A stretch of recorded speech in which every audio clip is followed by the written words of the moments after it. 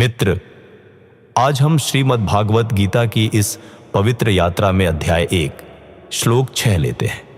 कुरुक्षेत्र में दुर्योधन का वह एक आलाप, वह भयग्रस्त मन का वह दीर्घ और व्यथित आत्मवार्तालाप आज अपने अंतिम चरण में पहुंचता है। पिछले 3 श्लोकों में दुर्योधन ने एक के बाद एक पांडव पक्ष के महारथियों के नाम गिनाए। सात्यकी, विराट, द्रुपद, धृष्टकेतु, चेकितान, काशीराज, पुरुजित, कुंतीभोज, शैब्य। और अब इस छठे श्लोक में वह अपनी उस गणना के अंतिम और सबसे मार्मिक नामों तक पहुंचता है। युद्धमन्यु, उत्तमोजस, सौभद्र अर्थात अभिमन्यु, और द्रौपदेया अर्थात द्रौपदी के 5 पुत्र। पार्थ, यहां रुको और सोचो। दुर्योधन जिन नामों से सबसे अधिक भयभीत था, वे कौन थे? वे तुम्हारे अपने पुत्र थे। तुम्हारा भतीजा अभिमन्यु, मेरी बहन सुभद्रा का पुत्र, वह भी इस सूची में था। और द्रौपदी के वे 5 पुत्र जो तुम 5 पांडवों के अंश थे। यह इस पूरे अध्याय का सर्वाधिक भावनात्मक क्षण है। दुर्योधन ने अनजाने में ही अपने शत्रु भय की इस लंबी सूची में उन्हीं बालकों के नाम ले ली जिनकी वीरता से वह थर्रा रहा था। और तुम अर्जुन शायद उस क्षण अपने रथ पर खड़े इन नामों को सुनकर भीतर से कुछ महसूस कर रहे होंगे। आज के एपिसोड में इसी भाव की गहराई में जाएंगे, जब सुरक्षा और प्रेम के बीच, कर्तव्य और वात्सल्य के बीच एक गहरा और पीड़ादायी द्वंद्व होता है, तब मनुष्य क्या करे।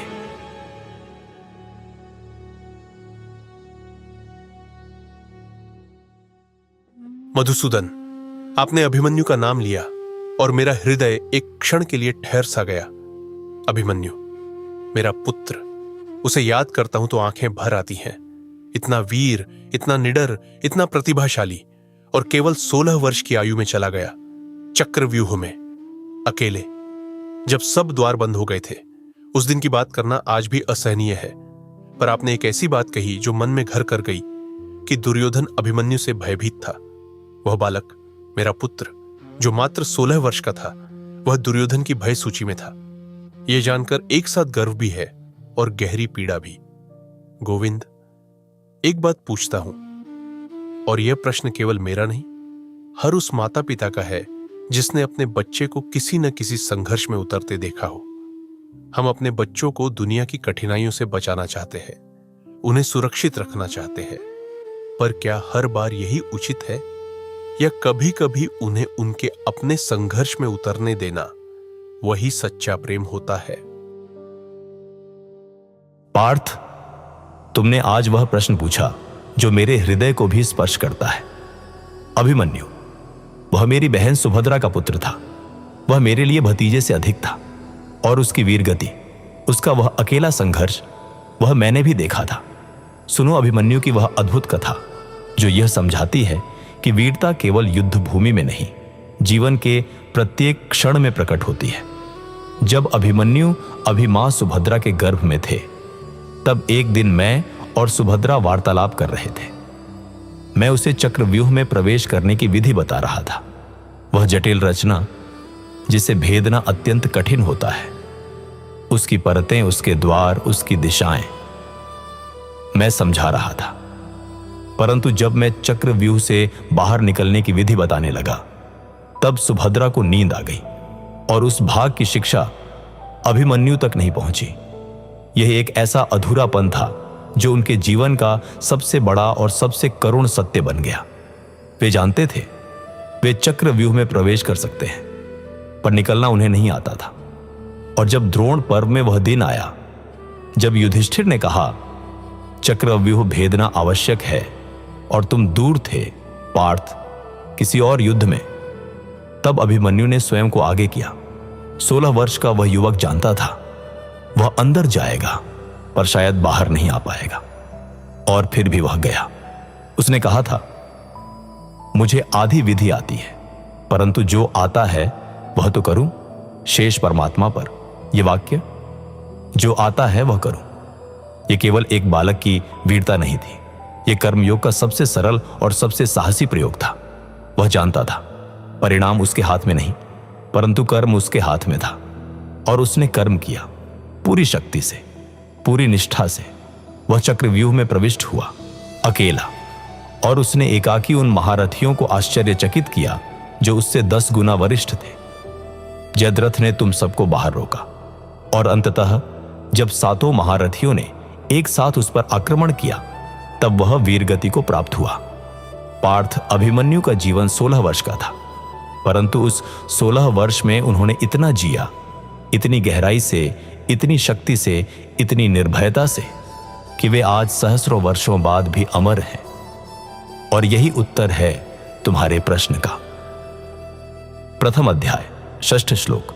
दुर्योधन उवाच युद्धामन्युश्च विक्रांत उत्तमौजाश्च वीर्यवान सौभद्रो द्रौपदेयाश्च सर्व एव महारथा। अर्थात दुर्योधन बोला, पराक्रमी युद्धामन्यु और वीर्यवान उत्तमौजस सुभद्रा पुत्र अभिमन्यु और द्रौपदी के 5 पुत्र, ये सभी निसंदेह महारथी हैं। धनंजय, यह श्लोक दुर्योधन की उस लंबी और भयग्रस्त गणना का अंतिम श्लोक है, और यह अंतिम श्लोक सबसे अधिक हृदय स्पर्शी है, क्योंकि इसमें जिन नामों का उल्लेख है वे सब अत्यंत युवा थे। ये अनुभवी महाराज नहीं थे, ये तरुण वीर थे, और इनकी उपस्थिति ने दुर्योधन के भय को उसकी चरम सीमा तक पहुंचा दिया। प्रथम बीज युद्धामन्युश्च विक्रांत और उत्तमौजाश्च वीर्यवान, वे जो अर्जुन के रथ के 2 स्तंभ थे, युद्धामन्यु और उत्तमौजस, ये दोनों पांचाल देश के महारथी थे, और इनकी एक अत्यंत विशिष्ट और सम्माननीय भूमिका थी। ये अर्जुन के रथ के दोनों पक्षों की रक्षा करते थे। युद्धामन्यु वाम पक्ष में, उत्तमौजस दक्षिण पक्ष में। अर्थात जब तुम अर्जुन अपने धनुष से शत्रुओं पर ध्यान केंद्रित करते थे, तब ये दोनों तुम्हारी रक्षा करते थे।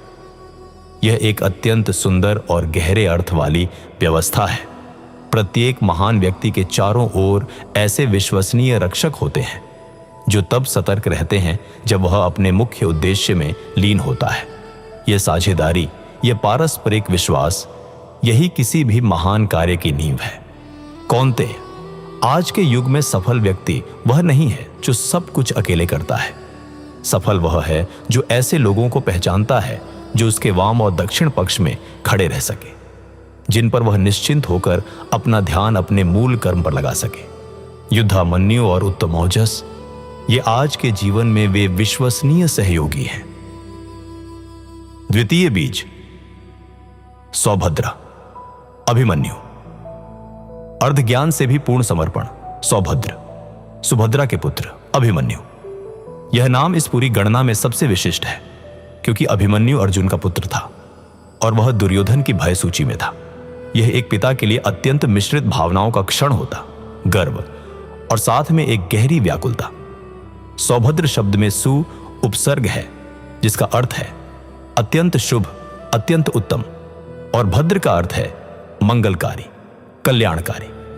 अभिमन्यु वह जो शुभता का पुत्र था, सुभद्रा का पुत्र। और दार्शनिक दृष्टि से अभिमन्यु का जीवन यह सिखाता है कि अर्ध ज्ञान भी यदि पूर्ण समर्पण के साथ जिया जाए तो वह अपना प्रकाश फैलाता है। उन्हें चक्रव्यूह का केवल आधा ज्ञान था, परंतु उस आधे ज्ञान को उन्होंने पूरी शक्ति से जिया, बिना किसी शिकायत के, बिना किसी भय के। यह हम सबके लिए एक अत्यंत प्रासंगिक संदेश है। हम प्रायः यह सोचकर रुके रहते हैं, जब पूरा ज्ञान होगा तब करूंगा, जब पूरी तैयारी होगी तब आरंभ करूंगा, और इस प्रतीक्षा में जीवन बीत जाता है। अभिमन्यु ने यह नहीं सोचा, उन्होंने कहा जो है उससे करूंगा। तृतीय बीज द्रौपदेयाश्च, 5 पुत्र, 5 धाराओं का संगम द्रौपदेया।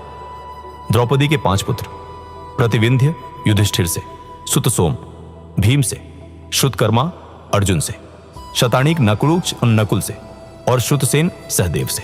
ये पांचों 5 अलग अलग गुणों के, 5 अलग अलग स्वभाव के, परंतु एक ही माता के पुत्र। पार्थ, यह 5 की संख्या अत्यंत प्रतीकात्मक है। 5 तत्व, पृथ्वी, जल, वायु, अग्नि, आकाश, 5 ज्ञानेंद्रियां, 5 कर्मेंद्रियां, 5 प्राण, और यहां 5 वीर पुत्र। ये सब मिलकर यह संकेत देते हैं संपूर्णता अनेक तत्वों के समन्वय से आती है। कोई एक तत्व, कोई एक गुण, कोई एक व्यक्ति, कभी संपूर्ण नहीं होता। संपूर्णता विविधता के समन्वय में है।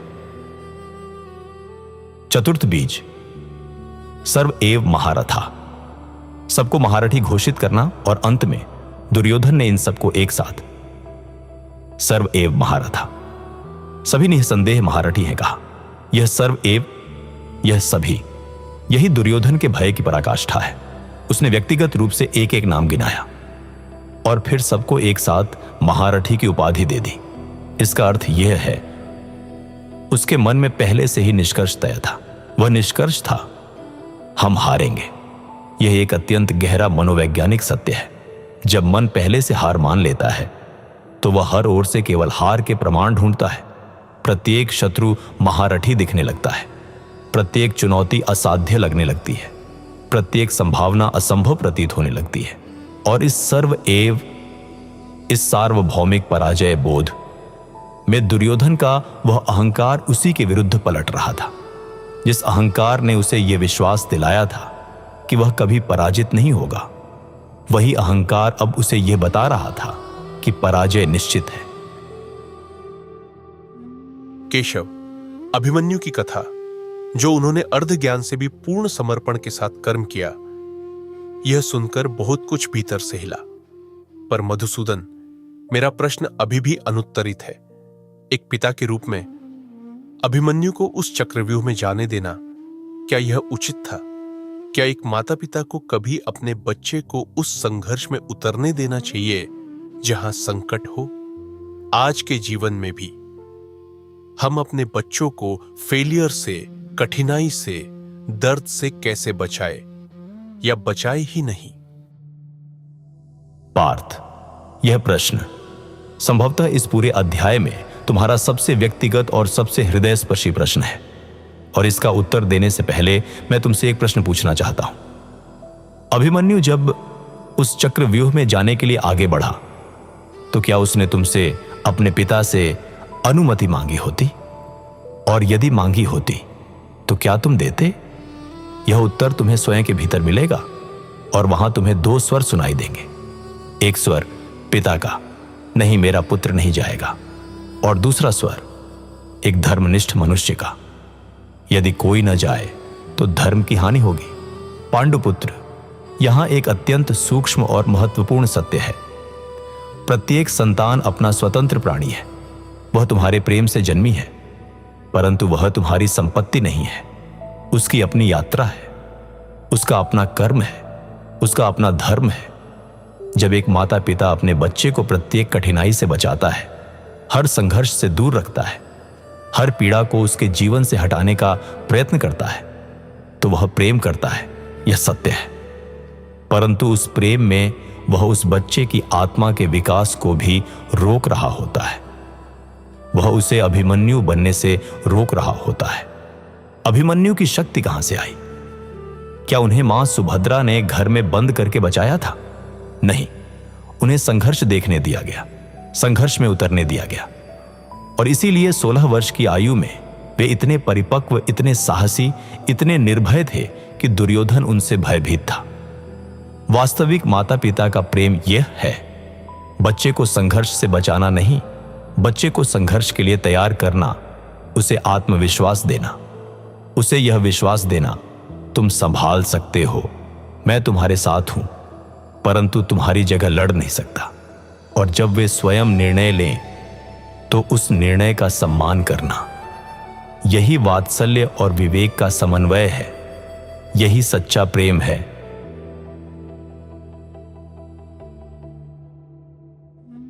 गोविंद, आपने कहा दुर्योधन ने सर्वैव महारथा कहा, सबको एक साथ महारथी घोषित किया। यह उसके पहले से तय हार मानने वाले मन की निशानी थी।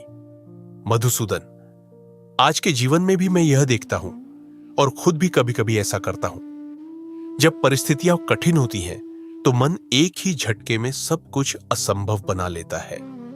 यह भी नहीं होगा, वह भी नहीं होगा। यह मानसिक पराजय, यह इतनी जल्दी क्यों आती है और इससे कैसे लड़े? धनंजय, तुमने जो अभी वर्णन किया, इसे मनोविज्ञान की भाषा में सर्वव्यापी नकारात्मकता कह सकते हैं। जब एक नकारात्मक विचार पूरे जीवन को ढक लेता है, और इसे गीता की भाषा में हम तमोगुण की प्रबलता कहते हैं। जब अंधकार, आलस्य और निराशा मन पर हावी हो जाती है। दुर्योधन के साथ यही हो रहा था। उसने पहले एक नाम लिया, सात्यकी, फिर एक और, विराट, फिर और, द्रुपद, धृष्टकेतु, काशीराज, और जैसे जैसे वह गिनाता गया वैसे वैसे उसके मन का अंधकार गहरा होता गया, और अंत में सर्व एव महार था, सब महारठ ही है। यह वह बिंदु था जहां उसकी तर्क शक्ति समाप्त हो गई और केवल भय रह गया। अब इससे बाहर निकलने का मार्ग क्या है? पहला मार्ग, विभाजन। जब मन कहे सब कुछ असंभव है तो उसे चुनौती दो। उससे पूछो, क्या वास्तव में सब कुछ असंभव है या केवल कुछ बातें कठिन हैं? विशाल और अस्पष्ट भय को छोटे छोटे और स्पष्ट प्रश्नों में तोड़ो। दुर्योधन ने यदि पूछा होता, इनमें से कौन वास्तव में मुझसे श्रेष्ठ है और कहां पर, तो शायद उसका भय थोड़ा कम होता।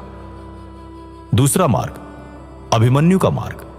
जो ज्ञात है, जो उपलब्ध है, जो संभव है, उस पर ध्यान केंद्रित करो। दुर्योधन सर्व एव, सब में डूब रहा था।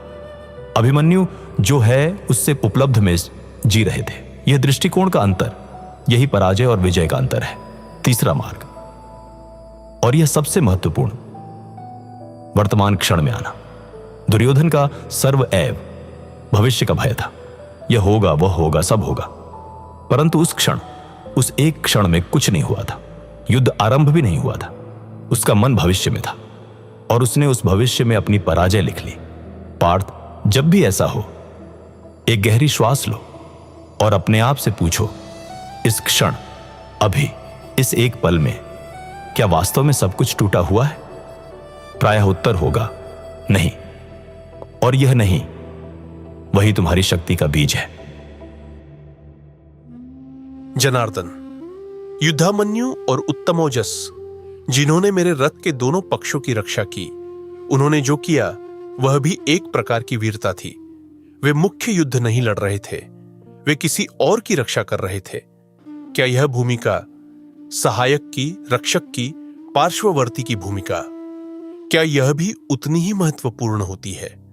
या समाज जिस तरह सदैव नायक को, अग्रणी को, मुख्य व्यक्ति को महत्व देता है, वही उचित है? कौन्तेय, यह प्रश्न, क्या सहायक की भूमिका भी उतनी ही महत्वपूर्ण है? यह इस पूरे एपिसोड का सबसे सूक्ष्म और सबसे आवश्यक प्रश्न है, और इसका उत्तर अत्यंत स्पष्ट और दृढ़ है। हां, प्रत्येक भूमिका बिना अपवाद के महत्वपूर्ण है, और यह केवल एक सांत्वना नहीं, यह एक गहरा दार्शनिक सत्य है। युद्धामन्यु और उत्तमौजस, इनके बिना अर्जुन अर्जुन नहीं हो सकते थे। जब अर्जुन अपने धनुष पर ध्यान लगाते थे, तब कोई ना कोई उनकी पीठ की रक्षा कर रहा होता था। यदि वे न होते तो अर्जुन की शक्ति का क्षय वहीं हो जाता। उनकी भूमिका प्रत्यक्ष नहीं थी, परंतु वे अत्यंत अनिवार्य थे। एक विशाल वृक्ष की कल्पना करो, उसकी शाखाएं, उसके पुष्प, उसके फल सब दिखते हैं, परंतु उसकी जड़ें जो भूमि के नीचे अदृश्य रूप में उस वृक्ष को थामे होती हैं, वे दिखती नहीं। क्या इसका अर्थ यह है कि जड़ें महत्वहीन हैं? नहीं, वृक्ष का संपूर्ण अस्तित्व उन जड़ों पर निर्भर है। संसार में जो महान कार्य हुए हैं, वे केवल एक व्यक्ति ने नहीं किए। उनके पीछे अनेक अनाम, अदृश्य और अपरिचित व्यक्तियों का श्रम था। वे रसोइया जिसने सेना को भोजन दिया, वह संदेशवाहक जिसने सूचनाएं पहुंचाई, वह वैद्य जिसने घायलों को उठाया, ये सब युद्धामन्यु और उत्तमौजस थे। और यह जो समाज की प्रवृत्ति है, नायक को देखना, सहायक को भूल जाना, यह एक अधूरी और असत्य दृष्टि है। गीता यह दृष्टि नहीं रखती। इसीलिए इस ग्रंथ में युद्धामन्यु और उत्तमौजस का नाम भी लिखा है। उन्हें भी विक्रांत और वीर्यवान कहा गया है। पार्थ, यदि तुम जीवन में कभी ऐसी स्थिति में हो जब तुम्हें लगे कि मेरी भूमिका छोटी है, मेरा काम दिखता नहीं, मेरी पहचान कम है, तो इस श्लोक को याद करना। युद्धामन्यु और उत्तमौजस, जो न तो सेनापति थे न मुख्य नायक, वे भी श्रीमद् भागवत गीता में अमर हैं। क्योंकि प्रत्येक कर्म जो सच्ची निष्ठा और सच्चे समर्पण से किया जाए, चाहे वह बड़ा हो या छोटा, वह अमर हो जाता है। मित्र, दुर्योधन की यह 6 श्लोकों की लंबी गणना आज समाप्त होती है। उसने 20 से अधिक वीरों के नाम लिए। प्रत्येक नाम के साथ उसका भय बढ़ा और इस गणना के अंत में वह उसी स्थान पर था जहां से चला था, भयभीत, व्यग्र और अंधकार में। यही भय की सूचियों का परिणाम होता है। वे समस्या का समाधान नहीं करती, वे समस्या को और विशाल बनाती हैं। और इसके विपरीत, जब हम अपनी शक्तियों की सूची बनाते हैं, अपने संसाधनों की, अपने सहयोगियों की, अपने धर्म की, तो वे सूचियां हमें शक्ति देती हैं। मित्र, स्मरण रखो, अभिमन्यु ने सिखाया, अर्ध ज्ञान भी पूर्ण समर्पण से महान बन जाता है। युद्धामन्यु ने सिखाया, हर भूमिका अमर है। और दुर्योधन ने सिखाया, भय की सूचियां बनाने से शक्ति नहीं और भय मिलता है। आज का यह श्लोक तुम्हारे जीवन में प्रकाश डाले। मेरे प्रिय भक्त ने इस दिव्य ज्ञान को आपके हृदय तक पहुंचाने के लिए बहुत मेहनत की है। अगर यह संवाद तुम्हें अच्छा लगा हो तो वीडियो को लाइक करो, चैनल को सब्सक्राइब करो और बेल आइकन दबा दो। अपने मन में उठने वाले सवाल कमेंट में अवश्य लिखो।